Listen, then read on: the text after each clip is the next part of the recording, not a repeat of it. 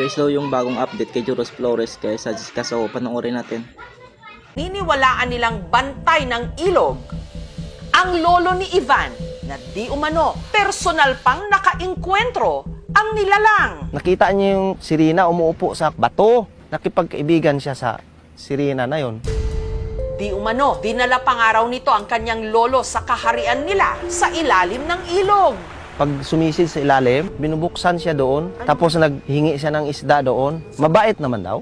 Dahil sa mga kwento-kwentong ito, marami na raw albularyo ang dumayo sa ilog para tumulong sa paghahanap. Si Joros na doon sa baba. Parang ayaw siya doon palabasin. Pag lumabas ang Ace of Flower, nasa malayo na yung katawan niya. Pati ang psychic na si Jay Costura nagtungo ng aklan. Posibleng doon daw makita yung katawan. Yung search din namin, wala kami nakita eh. Nitong Biyernes, sa muli nilang pagtangkang masisid ang pusod ng ilog, mahanap na kaya nila ang nawawalang si Joros.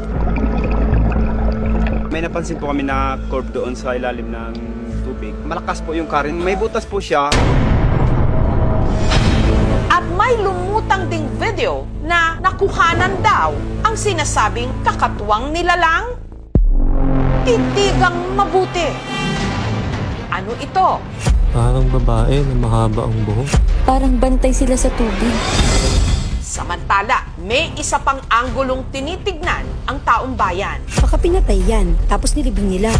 May own opinion lang, niyaan nila siyang malunod at tinago ang katawan niya malayo sa river. Kasi may lumalabas na doon ng mga foul play daw. Okay, 50 bars, guys! Walang bibitiw dahil pilit nating sisisirin ang mga kasagutan.